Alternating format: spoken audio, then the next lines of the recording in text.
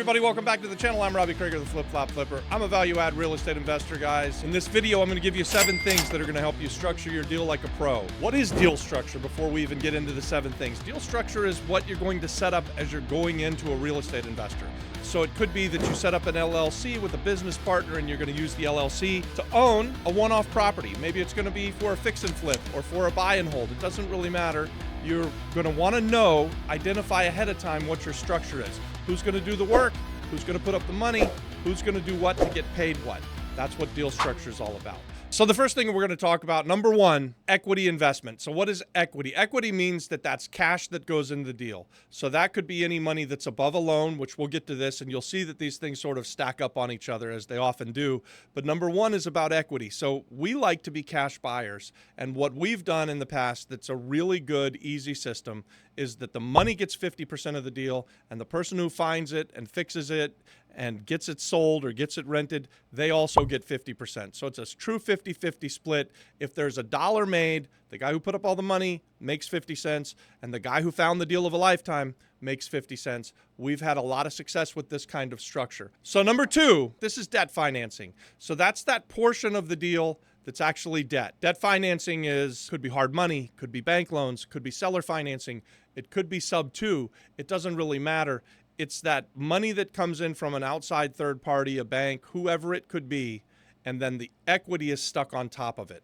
So debt is exactly that. It's debt. It's what you owe to a third party. It's what you owe to a bank or a seller or a hard money lender. When you're thinking about your deal structure, you need to know going in, how much of the purchase price are you going to borrow? Are you going to be able to borrow all of the purchase price through a hard money lender and then you only need to bring in an equity partner for the renovation and the closing costs? Or are you going to only be able to borrow 70% of the purchase price and you're going to need 30% in equity plus closing costs plus all of the renovations plus monthly interest? So you guys will figure this kind of stuff out as you're going into your deal, and you want to negotiate this stuff ahead of time.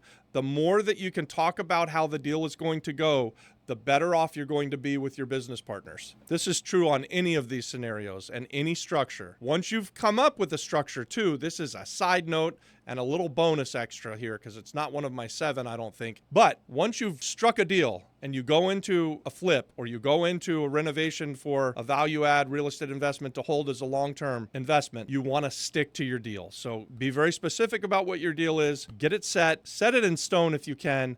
Don't renegotiate on the fly. Partnerships that are constantly renegotiating, they never last.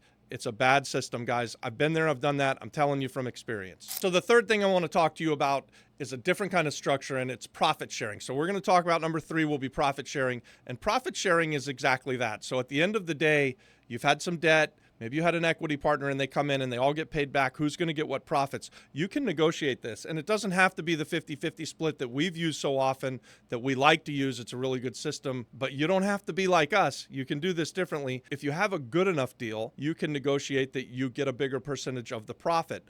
Or you could do something like give a preferred return to your equity partner. So you have a hard money lender who's going to get paid his interest rate, and then you have an equity partner that you're going to pay a preferred return to and a portion of the profits, and then you're going to get what's left over. So why would you do that? Why would you try to use profit sharing versus just doing the 50-50 split? Well, you might be really good at it. I have a proven track record of success, and so people want to do business with you, and you can get a better deal than 50-50. These are the kind of things that you can think about. And again, when you set up a deal structure, I strongly encourage you to stay with it throughout your whole entire deal. So from the start to the finish, don't be renegotiating. Negotiate everything all up front before you make the purchase, and then stick to it. If you want to make a change on the next partnership. Number 4 is exit strategy. Guys, these are things that you need to be thinking about before you purchase the property. So everything I've talked about up to this point, it's the same. You want to know what you're doing going in. So I've said several times you can be doing it for a buy, fix, and flip. You can be doing it for a rental. You might have a half a dozen things that you want to buy something for, and how are you going to exit it? Know your exit before you go in, right? Your exit could always be a sale. If you're going to buy it, fix it, and sell it, obviously your exit is going to be the sale, and you're going to pay everybody back their money, and you're going to split profits. If you're going to keep a rental property, I think a proper exit strategy would be be, we're going to keep it as a rental property for a certain amount of time. Let's say we're going to keep it 3 to 5 years, and then we're going to reevaluate whether we want to keep it for another 3 to 5 years, but eventually we're going to sell it. Or you could have an exit strategy where you're going to go to the bank and get rid of the hard money loan and come into a new mortgage loan at the lower interest rate, assuming interest rates are lower, and refinance everybody out. So you pull out all of the cash, and at that point you could do a buyout of your partner, or you could all stay in the deal together. Again, you'll determine this stuff before you get into the deal. You don't have to be stuck on one exit strategy either. You could be buying something with the intention to do it as a flip, and then if the market shifts a little bit, you guys will have talked about this ahead of time and you'll have a way to pivot. Pivoting is really important as real estate investors. You want to be able to roll with the punches. And so if you bought something that you're going to fix up and sell and the market changes on you, but you can still cash flow really nice by turning it into a rental and ride out the storm. This is something that I wish that I had done when the market crashed on me in 2008, but I wasn't quite smart enough to figure this out. If I could go back in time, I would have pivoted. I would have turned everything that we had bought as a flip and turned it into a rental property, and I'd have called my partners up and I would have said, guys, this is what we need to do in order to ride this storm out.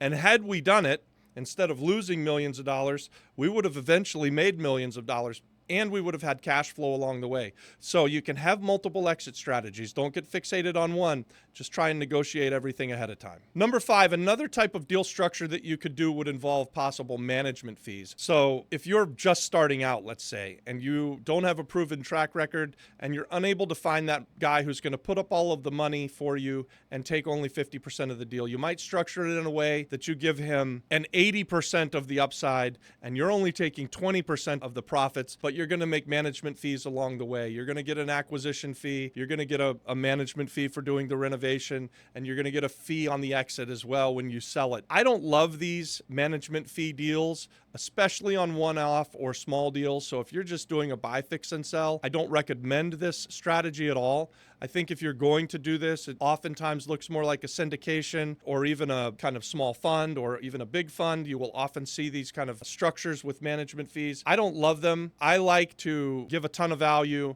and make sure everybody makes some money, and lose if everybody loses together, and win if everybody wins, you win together, and it's an even split. But if you're going to do these management fees and these different structures with the splits, then you get into a much more difficult and tricky negotiation, but still super important that you negotiate everything ahead of time. So if you were going to raise money for a fund and use a management fee and an 80-20 split, for instance, you would have an offering doc and you would tell people as you were going out to raise money exactly what it is that you were going to do for them to invest into your project. Number 6 is a performance fee. So if you're going to go with the system where you're doing a management fee and you're raising and you're giving a pref or an 80-20 split, you might have to build in a performance fee so that if you do really well as the operator, as the GP, then your LP, once they've made a certain amount, will give you a bigger portion of the pie the better you do. So what does that look like? That looks like, we're going to do an 80-20 split on the profit of up to the first $20,000. And then it's going to turn into a 75-25 split on the next $10,000. And then it'll turn into a 50-50 split, above $30,000 in profit. Again, these kind of things that you're talking about when you're getting management fees and when you're getting performance fees, oftentimes they're more associated with syndications, larger deals, and actually setting up funds. Number 7, risk management. It's very important that you know going in where your risk tolerances are and make sure that your risk tolerance lines up with your business partner's risk tolerance. You're going to want to know things like, how much are we going to keep in reserves? Are we going to insure the property? Are we going to over-insure the property? If we've got multiple properties together, are we going to buy things like blanket policies? So a lot of it has to do with insurance and how you're going to protect yourself if something bad happens, right? Everybody's got their own different tolerance levels. So for me, I've generally let the person who's putting up the money most of the time make the decisions on things like, even like on simple property insurance. We do 100 flips a year, or we averaged buying 2 houses a week for almost 20 years straight. And we decided that we were going to self-insure. We figured that over a big enough portfolio in the year, we couldn't have very many things that would go wrong. We would need to call the insurance company and say that we needed to do a claim. So it was way cheaper for us, and we saved a lot of money. We've saved millions of dollars by taking the risk of self-insurance. Back in the day when I was borrowing a bunch of money from people, We always had homeowners insurance. We always had a builder's risk plan. And why? That's because the person who was putting up the money, they demanded it. When we started to pay cash for things and when my partners were bringing cash to the table, I would talk to them about risk management and we would discuss it and we would say, listen, we're buying this house. It's pretty cheap. It's got some land value. Until we've got it fixed up, we don't have a big risk. We don't have a lot that we can lose. And if we lose, we're going to lose it together. So we chose to self-insure. I'm not saying that you should be like me. I'm telling you that you should talk to your business partners and you guys should decide together. So guys, listen, this was a very high level deal structure video. I gave you 7 things to think about as setting up your real estate investing career and you're getting going as a real estate investor. If you use these things as a jumping off point, there's a lot to learn. Real estate investing should be fun. And remember this, take everything that I say, set up your structure. You guys can do this together and then take it to a lawyer and have them write it all up. You don't have to reinvent the wheel. You don't have to be too concerned about all of this stuff. Just think about it, talk about it, decide what your structure is going to be, and then you can paper the stuff up as you get closer to a closing.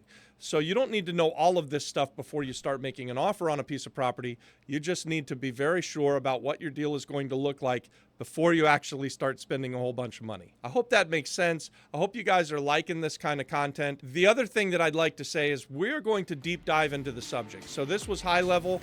We're going to have a masterclass over on the School platform, and you can join us through the Apex Real Estate group on School. I'll put the link in the description. We'd love to have you come and check out the masterclass. We do a masterclass on Apex every single week. We've got courses coming in there at least once a month.